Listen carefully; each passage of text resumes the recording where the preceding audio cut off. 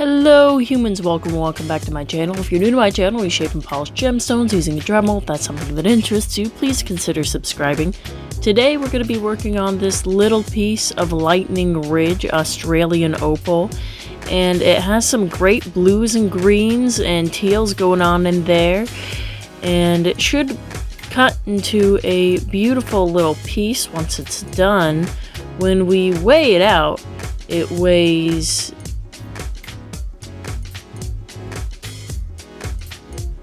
0.68 carats, and when we measure it, it is 6 millimeters by 7 millimeters by 3 millimeters.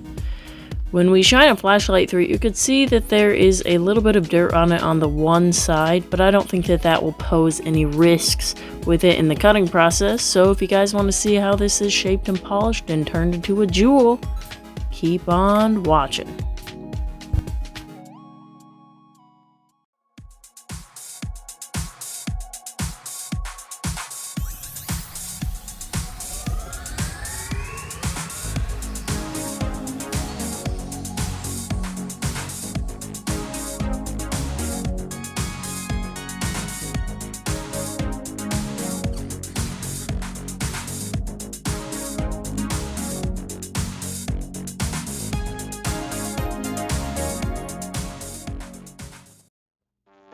So starting out on my 110 grit diamond bit here that I got from Suva Lapidary, I started flattening out the back because there was this groove kind of going into the back, almost like it had been sliced, but it, was a natural thing. But I really wanted to have this stone, as well as the last stone that I cut on this channel, fit that ring that I was talking about that has the bezel setting. So I really need this to be a flat, even back for that. So I got that nice and flat, and then I started by getting down the peaks of the stone where I want it to be flat because it needs to be a cushion cut to fit this setting. And each pocket of the ring is a very slightly different shape. Like some of them have corners that are sharp on three sides, but then kind of a dull corner on one side. Some of them are sharp on all of the corners, and it's really just kind of like you gotta know which pocket you're going to be fitting. So I drew the shape of the pocket that I wanted to fit this one into on the back of the stone, and I do have like a little piece of plastic that I cut roughly the size of the square that I needed it to fit on out of that plastic, and I take my Sharpie and I draw that shape onto my stone. And so you can just start out by dopping it if you feel comfortable with that. I really wanted to make sure that I did this right, so I was doing it with my hands as much as I could, but it is so small that I didn't want to drop it. So this is the shape that I ended up with at this point, and you can see that I just brought it into where the Sharpie marks that I did were, and I wanted to try to make this even all the way around and get the sides nice and flat. And then I chose to dop it.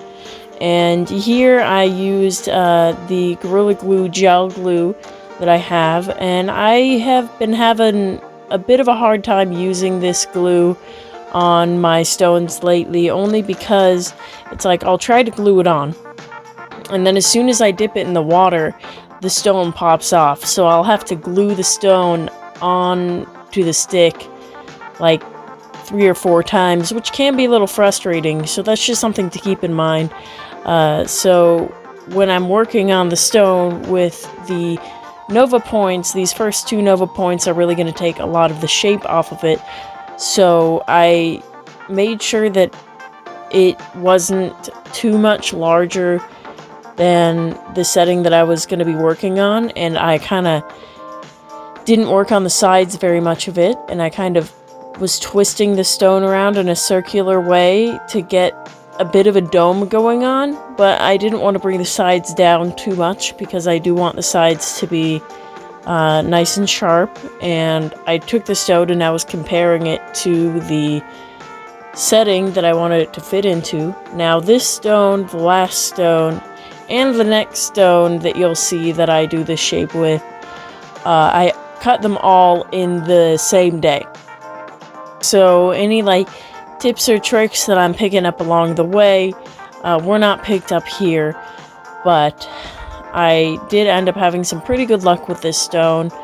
And this that you're seeing here on all these Nova points is pretty much all in real time, as well as the polishing that's coming up down the line right here. This is all in real time. I didn't really spend like a whole lot of time on each stone because they are so small that I don't really need to.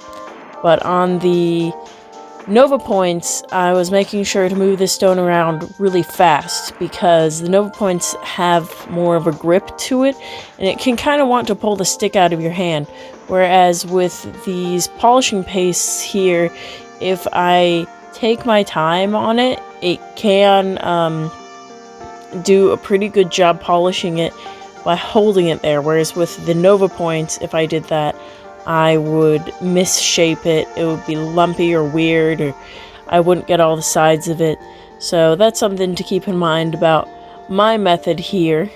And these skewers that I've been using for this are skewers that I got from my local grocery store. They aren't shish kebab skewers. They were sold for like sticking in strawberries to dip them in chocolate, and then I cut the sharp end off of it and have been using it like that. And I marked the bottoms of them as like 1, 2, and 3 so that I knew which pocket of the ring I was trying to fit the stone for.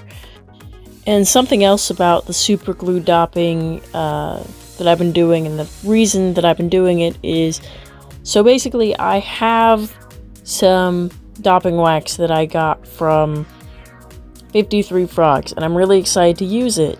But I don't have an alcohol lamp to kind of heat it up.